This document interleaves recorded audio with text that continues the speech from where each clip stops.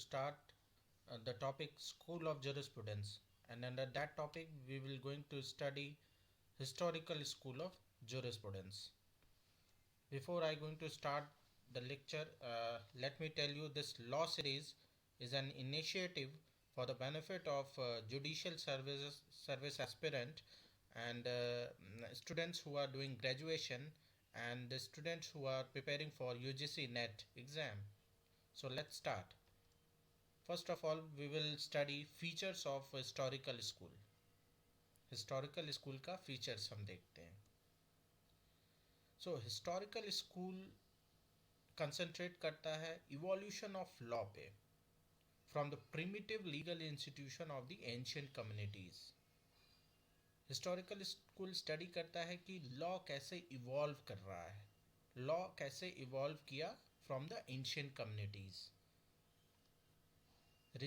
And it rejected the creative participation of judges and jurists or lawgiver in the making of law. Historical school ने reject कर दिया सारी theories को जो ये कहती थी कि लॉ कम्स फ्रॉम द जजेस, जजेस लॉ बनाते हैं, जूरिस्ट लॉ बनाते हैं. इसने उन सारी थ्योरीज को रिजेक्ट किया और इसने अपनी एक थ्योरी डेवलप की कि लॉ कहाँ से आता है, वो कम्युनिटीज से आता है, वो लोगों से आता है, वो लोगों की कंसाइंस से आता है. लोग मिलके लॉ बना रहे हैं और हिस्ट्री से आ रहा है लॉ. एंशियंट कम्युनिटीज में जो लोग थे वहाँ से लॉ इवॉल्व हुआ, न कि जजेस के पार्टिसिपेशन से. जजेस ने इवॉल्व नहीं किया लॉ को. So it totally rejected those concept. Law is found and not made. Law अपने से बना, it is self existent. Law अपने से, सोसाइटी ने अपने से बनाया लॉ. ये किसी स्टेट ने नहीं बनाया, किसी जजेस ने नहीं बनाया, किसी ज्यूरी ने नहीं बनाया. लॉ अपने से इवॉल्व किया है सोसाइटी में. It is self existent. Law is antecedent to the state and it existed even before the state came into existence. मतलब लॉ स्टेट से भी पहले एग्जिस्ट करता था. ऐसा नहीं कि स्टेट आया, स्टेट ने लॉ बनाया. जैसा कि हम एनालिटिकल स्कूल में पढ़ते हैं कि law is the command of sovereign. मतलब सॉवरेन पहले आया, फिर सॉवरेन ने कमांड दिया तो लॉ आया. ये उस थ्योरी को टोटली रिजेक्ट करता है और ये कहता है कि स्टेट के पहले भी लॉ था. Let me give you one example. Indus valley civilisation, Indus valley civilisation में भी लॉ था. उस समय इंडिया नहीं था, फिर भी लॉ रहा होगा. सो इस हिस्टोरिकल स्कूल ये कहता है कि स्टेट एग्जिस्टेंस में आया उससे पहले ही लॉ आ चुका था. अब हम पढ़ते हैं डिफरेंट थिंकर्स को. सबसे पहले हम पढ़ेंगे हेनरी मेन. हेनरी मेन, इन्हें हम सोशल डार्विनिस्ट नाम से भी जानते हैं. इन्होंने दो बुक लिखी है, ancient law and village communities. और इन्होंने स्टडी किया था डेवलपमेंट ऑफ लॉ, लॉ कैसे डेवलप करता है, इन्होंने उसकी स्टडी की थी. और मैं आपको बता दूं कि हेनरी मैन का इंडिया से काफ़ी नाता रहा है. इंडिया से उनका रिलेशंस रहे हैं. वे Henry Maine central legislative council के मेंबर थे 1863 से 1869 तक. वो उन्हें सक्सेसर भी कहा जाता है लॉर्ड मैकॉले का. सो ये इंडिया से इनका जुड़ा होता है. और एक चीज़ और मैं आपको बताऊं कि हेनरी मैन ने डिफरेंट कंट्रीज़ की लॉ को स्टडी किया था. उन्होंने कंपैरेटिव स्टडी की थी लॉ की. फिर उन्होंने अपनी एक लॉ की डेवलपमेंट की थ्योरी दी. आइए देखते हैं क्या उन्होंने कहा.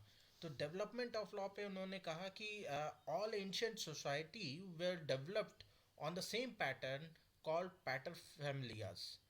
अब इन्होंने कहा कि जितनी भी सोसाइटी हैं, एंशियंट सोसाइटी थी, वो सारी डेवलप की एक ही पैटर्न पे. और वो पैटर्न क्या था? पैटर फैमिलियास का कंसेप्ट.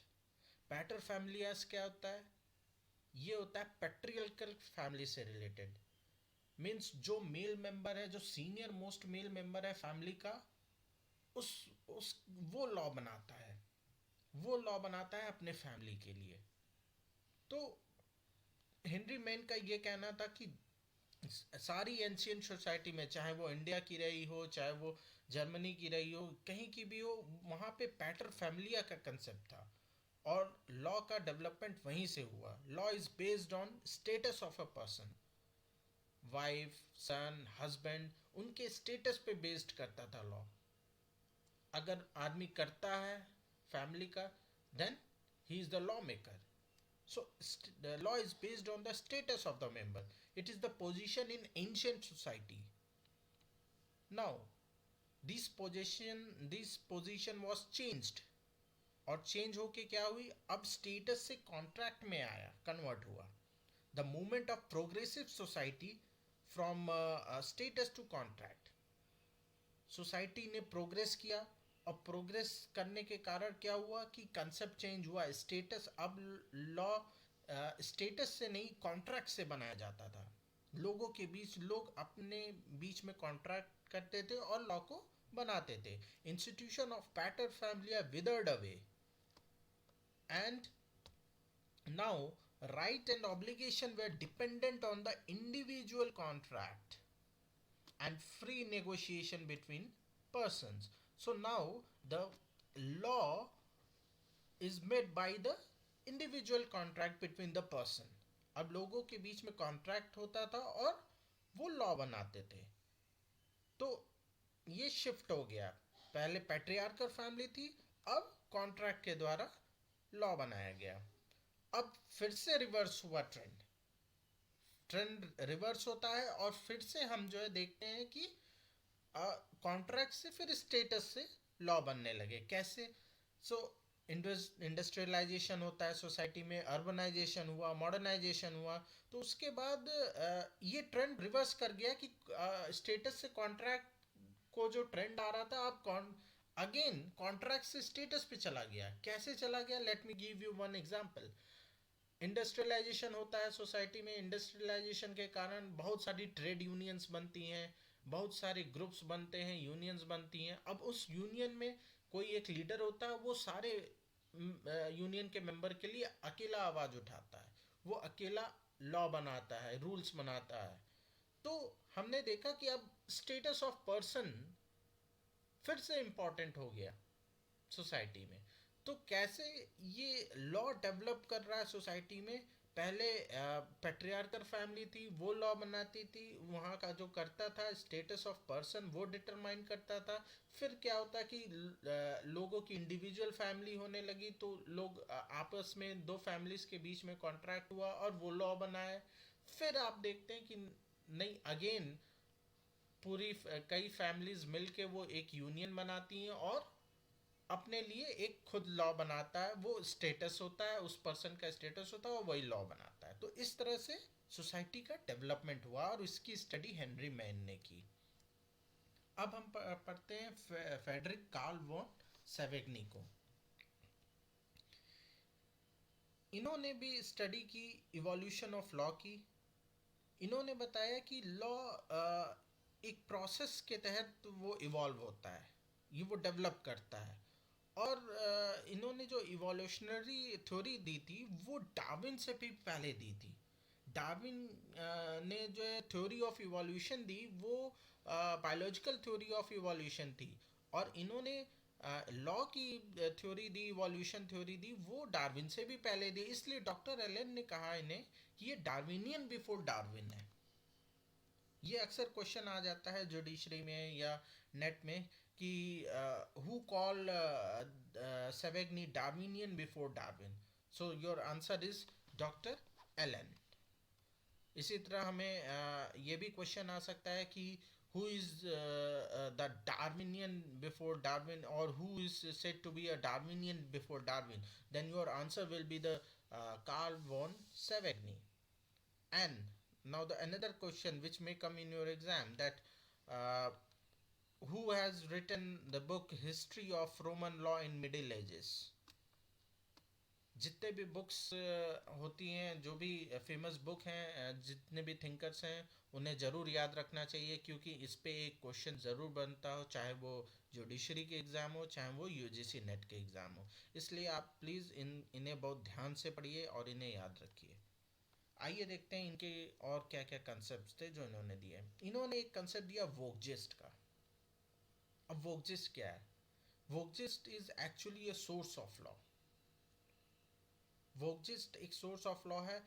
सेवेगनी कहते हैं कि origin of law lies in the popular spirit of the people.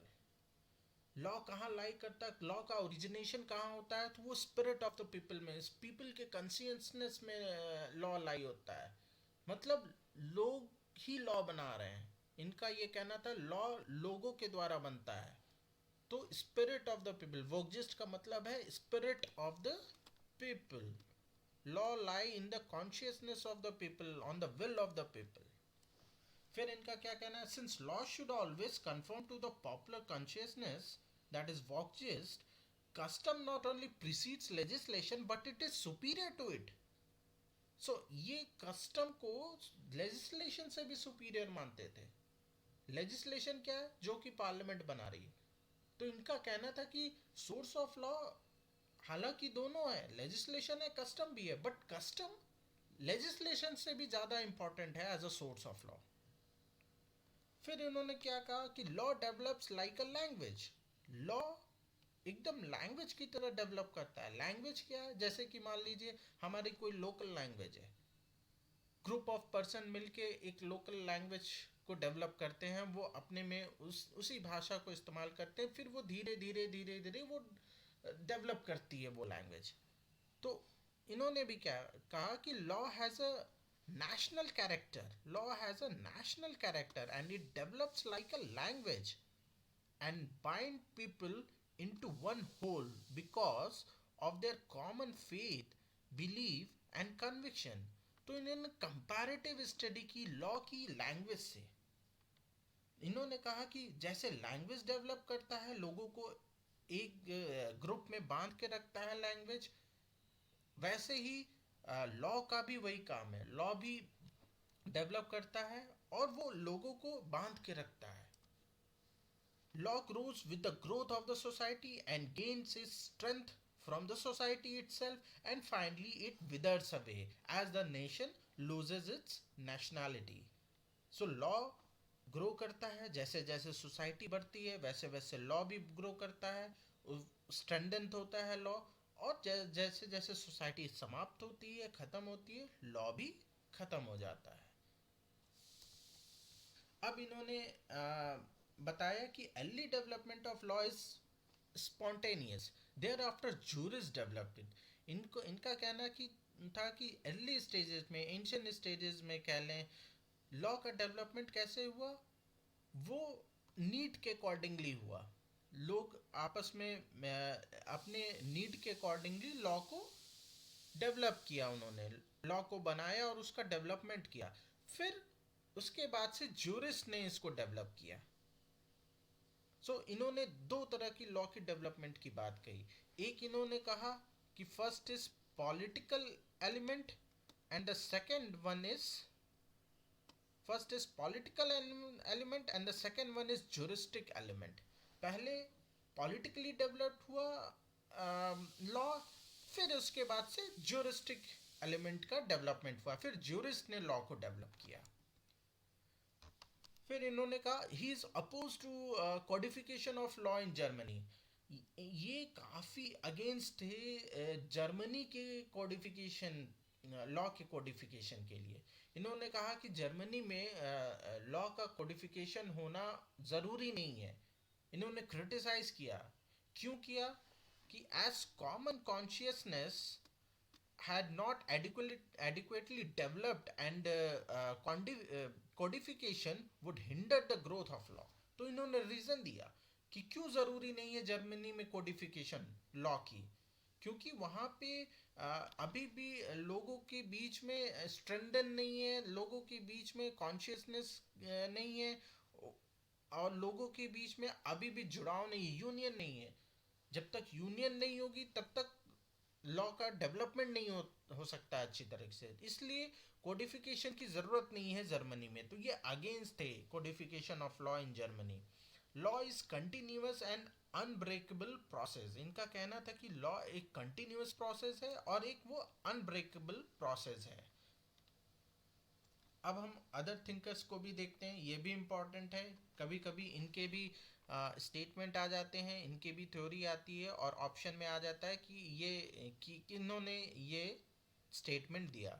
Like Edmund book, इन्होंने कहा था evolution of law as an organic process and an expression of belief, faith and practices of the community as a whole. So इन्होंने evolution of law की बात की और उन्होंने कहा it is an organic process and it is an expression of belief, faith and practices of the community as a whole. फिर पुश्ता ने इन्होंने क्या किया, ये सवेग्नी के ही डिसाइपल रहे थे, और इन्होंने कहा था कि neither the state nor neither the state nor the people alone are a source of law, but the law come into existence as a result of conflict between general and individual will.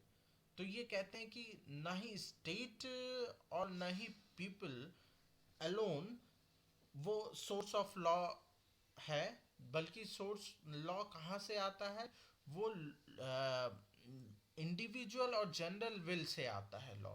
Conflict between, जब भी conflict होता है individual और general will में, तो law का development होता है। तो इन्होंने सोर्स ऑफ लॉ की जो बात कही वो कही कि वो इंडिविजुअल विल से आता है और जनरल विल से आता है। जब वो कॉन्फ्लिक्ट करता है तब लॉ का डेवलपमेंट होता है, ना कि वो स्टेट से डेवलप करता है। तो इन्होंने भी डिनाई किया स्टेट डेवलप करता है लॉ को, इन्होंने टोटली डिनाई किया इस थ्योरी को। नाउ गुस्ताव ह्यूगो, इन्होंने क्या कहा कि law is not the result of legislation और command of sovereign nor a matter of social contract, but it is the outcome of the habits and tradition of the people which they follow voluntarily as a member of the community. So इनका भी same theory थी, इन्होंने भी same बातें कही कि law का जब लॉ लेजिस्लेशन से नहीं आता है, लॉ कमांड से नहीं आता है सॉवरेन के, लॉ कहाँ से आता है, लॉ हैबिट्स और ट्रेडिशन से आता है, पीपल्स के हैबिट्स और ट्रेडिशन से लॉ डेवलप हुआ। फिर लास्ट हम देखते हैं विनो ग्रैडफ, इनका क्या कहना था कि law is not a command of the state but it is an expression of the general will of the people. So इन्होंने भी वही बात कही कि लॉ एक कमांड नहीं है स्टेट का, लॉ क्या है, वो एक्सप्रेशन है, वो जनरल विल है पीपल की। सो इस तरह से हमने हिस्टोरिकल स्कूल के सारे थिंकर्स को कवर किए और इसके सारे स्टेट्समैन को भी कवर किए। So please remember all this statement. This is important for your judicial service as well as for other exams. Thank you. Please like and subscribe this channel for the regular updates.